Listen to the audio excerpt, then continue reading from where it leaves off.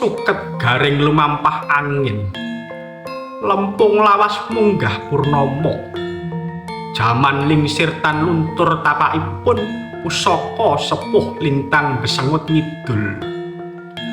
Angin ngingit wingi esuk reregete siningit banyu perwita, sageta kawula matur ana salira kang luwung, kang sejati ora muwaja ananging nyawa kang kinandel ing toya jaman. Pusaka sepuh iki dudu mung wesi tuwa ananging lelakon kang karat.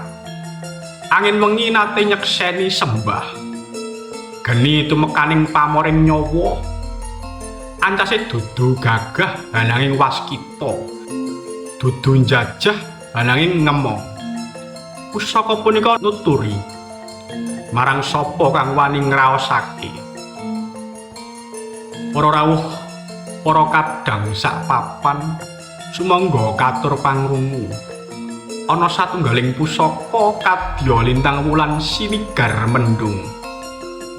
Jenengipun keris dapur dolok. Ora mung wujud agung kang nglimputi, nanging pralambang kawruh kang jero, ngilmu kang dhuwur, dudu mung prentah ananging pranata. Dolok menika dudu mung ageman perang, nanging lambang pangayoman. Gawang Gulu Gumbara, gendewa dedasar kadya Bathara Brahma lumebet diri. Kekuatanipun dudu ing sembelih ananging ing sabar. Ageman kang ngalem ora medeni nanging mbeta waspada. Pamoripun udan Mas Tiban. Duh Gusti, pamor kang ora dikarepake tukang tempo ananging jedul kaya wahyu. Udan emas teka saka langit kamulyan, nyirat kawicaksanan, nguntapake rejeki kang sah. Dudu udan sembarang nanging udan kang titah, ndatengaken rahayu. Tangguhipun Mataram Sultan Agung. Ya punika jaman nalika kraton ora mung dadi kraton, ananging dadi cermin jagat agung. Pesi kewaman wis wani rumangsa, padat, semu peteng kaya langit wengi sadurunge fajar. Sultan Agung nitis ing kawijayan, ngenget ngilmu lan ngestokake wirya. Pusaka iki tangguh angel dititip, ora kejem nanging teges, ora peteng nanging peteng sing samunar. Sapa kang wis bisa ameng ing pamor bakal sinartan udaning wahyu. Sapa kang wis bisa amung ing dolok bakal lumebu jagat waskita.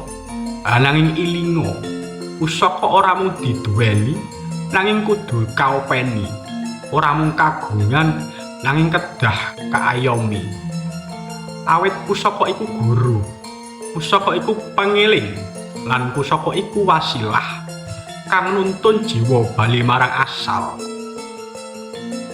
Para rawuh ingkang kinurmatan, para pinisepuh, para kadang satuhutin resnani, sampun kalampahan kawula mbabar sakedhik kawruh bab pusaka ning jaman lawas, yaiku keris dapur dolok, pamor udan Mas Tiban, tangguh Mataram Sultan Agung. Pusaka punika dudu sakedar warisan wujud fisik, ananging kawujud pitedah lan pepadang kang ngemut piwulang luhur, kabecikan, kawicaksanan, tuwin pangayom kang adhedhasar kesucen. Mugi saged dados seserepan, pangiling-iling lan tuladha, awit pusaka menika sejatinipun nderek urip kita minangka guru ing tindak tanduk cermin tumrap kebatinan. Dening mengkono kawula nyuwun agunging samudra pangaksami bilih wonten lepat tembung kirang pantes lampahing adicara, sedaya kawula aturaken kanthi suci ing manah. Mugi tansah pinaringan sih rahayu, selamet lan nugraha. Nuwun, matur suwun.